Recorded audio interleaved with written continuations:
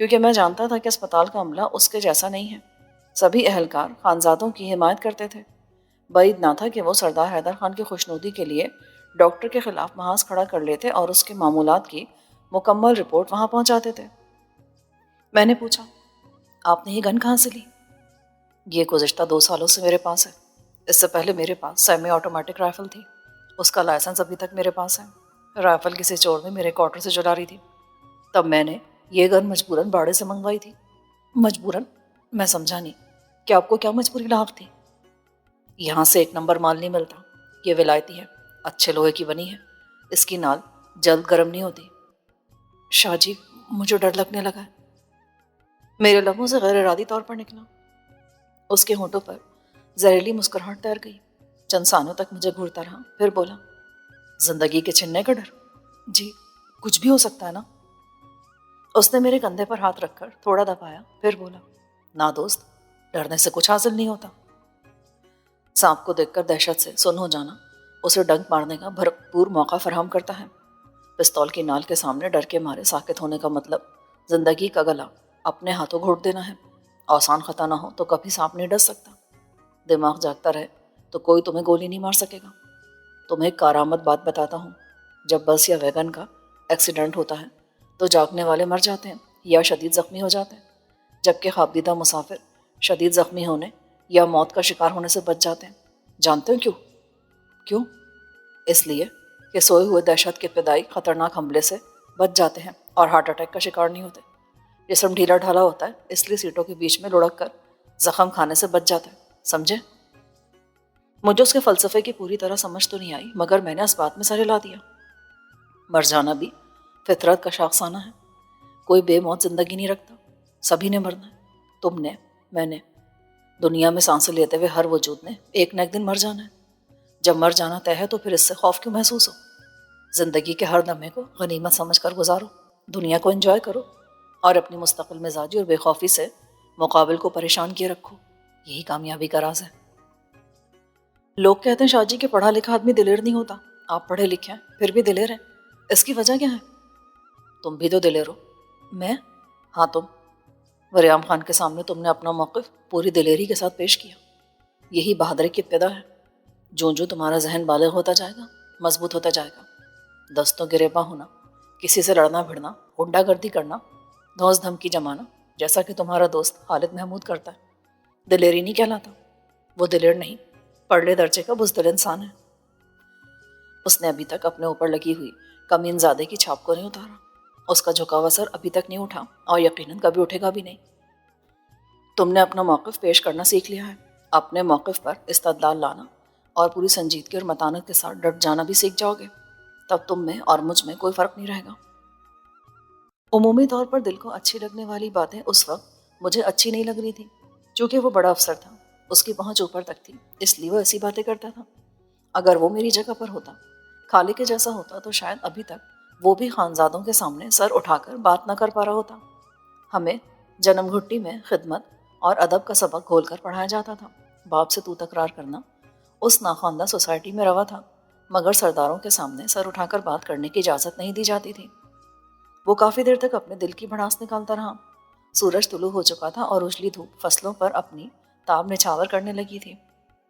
اسے ابھی تیار ہونا تھا، ناشتہ کرنا تھا، اس لیے چونک کر کھڑا ہو گیا۔ میں نے بھی اس کی تقلید کی۔ واپسی کے سفر میں وہ یکسر خاموش رہا اور میرے آگے آگے چلتے ہوئے اپنی عادت کے مطابق گیلی گھاس کو فٹ بال کھیلنے کے انداز میں ٹھوکریں مارتا رہا۔ میں ناشتہ اس کے لیے تیار کرنا چاہتا تھا، مگر اس نے رسان سے منع کر دیا۔ اسپتال کی مرکزی عمارت کے بیرونی برآمدے میں ڈسپینسر کی سائیکل اسٹینڈ پر لگی دکھائی دے رہی تھی۔ وہ آج نسبتاً اسپتال جلدی پہنچ گیا تھا۔ وہ اسپتال کے پہلے کوارٹر میں رہائش پذیر تھا۔ وہ ہر روز اپنی سائیکل کوارٹر سے نکال کر اسپتال کے برآمدے میں کھڑی کر دیتا تھا۔ دن میں اسے یا عملے کے کسی آدمی کو باہر جانا پڑتا تو وہ سائیکل نکال لیتا تھا۔